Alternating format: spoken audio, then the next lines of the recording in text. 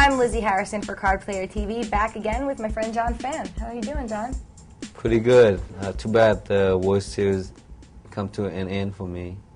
But all good things must come to an end. And it went very well for you. 2 bracelets. No one else did that. You're right. This bracelet put a big smile on my face every day when I look at it. Pretty nice. Actually, a really good feeling. I'm really happy with myself. I work hard, and I guess every time when you work hard, it paid off. So tell me, what do you think it is about your style of play that helped you to be so successful this year? I change my game as I play, that's why, and I take a lot of vacation off, like before big series, like, you know, every big tournament there is, I usually take a month off. Okay, so you come in relaxed and fresh?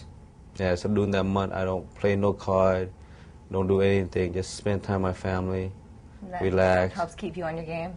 And do a lot of charity work back in Vietnam if I could, and stay focused. And for the World Series, I always come in here with like prepare a game. Okay. Well, you said you switch your game up as you're playing. How so? How do you decide what gear you should be in? Sometimes, like, depending on certain table when you're at, you know, if you're at with like all pro, then you'll have to like be extra careful. And when you're like at like a lot of rookie where all this non-player, you gotta be like watch out what they do. And some of them did like a lot of ridiculous move where moving on with like deuce 3 or king 9, king 8. You could have ace king, and like it's still a race, you know. Like, I mean, your favor, but any 2 card can win. So how do you decide what the amateurs have at the table? What factors go into you figuring out what possible hand they have? Because I know that can be tougher than the pros. For them, it's really hard to read because they play some crazy card, but most of the time they just try to give you all the chip, and you know, which they all do. And unless you have like a big stack, then it's so easy to gamble with them. Right. Then you could play with them any card, like king, queen, or like ace, jack, ace 9. And you usually have them dominated. But unless you like have the same chip stack, then you really don't want to do a coin flip or a race. It's not worth it because you're putting your whole tournament life on the line. So you're known at the tables, you take a lot of time on your decisions. What's going through your mind when you're sitting there? Actually, it's good when I take a lot of time. For me, it's funny if I notice that, like when a lot of time I play where I didn't do good, I get really close and I don't take my time. You act too quickly? I act too quick and I lose most of the time. Really? And when I take my time, my decision is like 90% or 80%. So is that a conscious decision that you always wait? Is it a certain amount of time that you always wait, or is it just till you think everything through? Depending if there's like a really big pot or somebody's trying to put me all in, then I really take my time. But if there's like a small pot, then like I think about it like not like a minute. So what do you consider? Like, what are you thinking about? I've seen you. I watched you play at one of your final tables, and you sit there. You look so serious. I'm like, what's he thinking about? I mean, like, looking at your play, if he's weak, or like, you know, do you have the best hand, or is he on a draw, or is it the value is good enough for your call, you know, depending on the pot side and everything. So many things out there. Plus, when you're at the table, you have to be so focused. You don't want to make no mistake, and you want to be like super focused. So you want to know what your player has. So do you rely also on physical tells? Do you think that's useful in live games, or is it not as important as some people say? Because I've heard both things. Before, yeah, but nowadays people, they're very tricky nowadays. So they're like the reverse tell. Yeah, they use like reverse psychology, and a lot of people do a lot of funny stuff. So, but you just sit there and you analyze everything.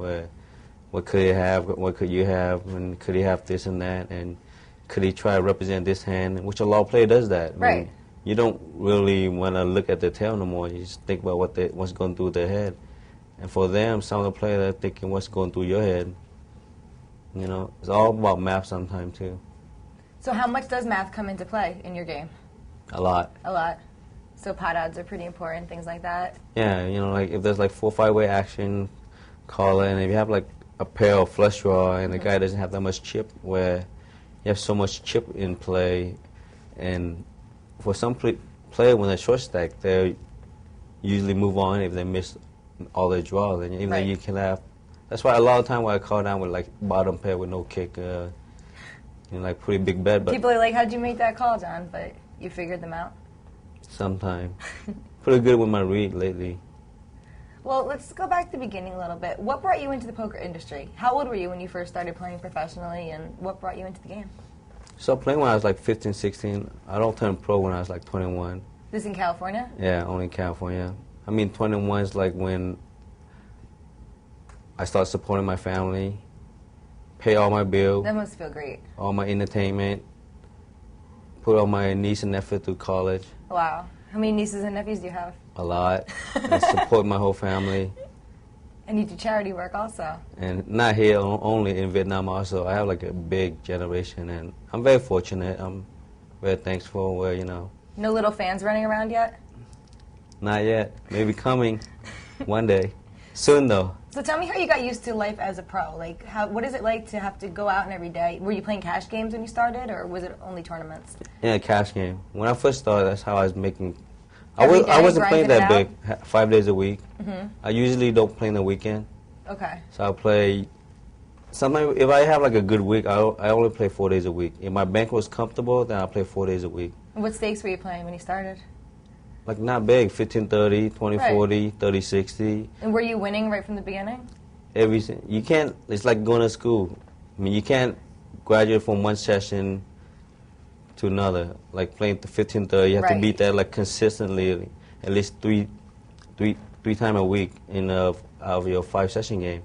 And your winning session have to be more than your losing session. Of course. Yeah, you don't want to like let your losing session be too much. So when did you make the transition to tournament poker?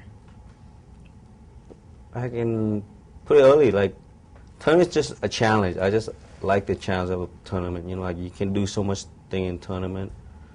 It's fun, you know. Like winning any tournament is like the best feeling that anybody could feel. Right, it's that great. whole week, 2 day, 3 day, 2 weeks, whatever it is. So what skills did you find were more are more useful in tournaments than in cash games? Like, what are the key differences that you noticed? Cash game, you gotta be like really patient if you wanna make money. Tournament, you gotta take risks in order for you to win like big tournament. You're a risk taker, aren't you, John? You have to. You can't win first place if you don't take risks. If you get scared, you know. Tournament is so tough, and like a lot of people put a lot of pressure on everybody, and you have to take risks sometimes, even though you're behind. So where do you see? You just see yourself continuing to play tournament poker and going out there, having fun, and doing what you do? Of course, poker is like my life. I would never give up poker, even though like one day when I have my own business or like other business, I still play, but I won't play. I might not play a lot full time, but if you weren't a poker player, what would you be? Say what? If you weren't a poker player, what job would you want, or what could you see yourself doing? I don't know. I never think of that. I don't.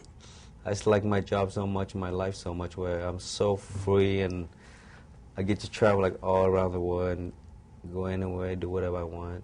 I'm my own boss. That's like the best feeling. It must be. That's great. Thank you for coming up today, John. No problem. You're welcome. Lizzie Harrison with John Phan for Card Player TV.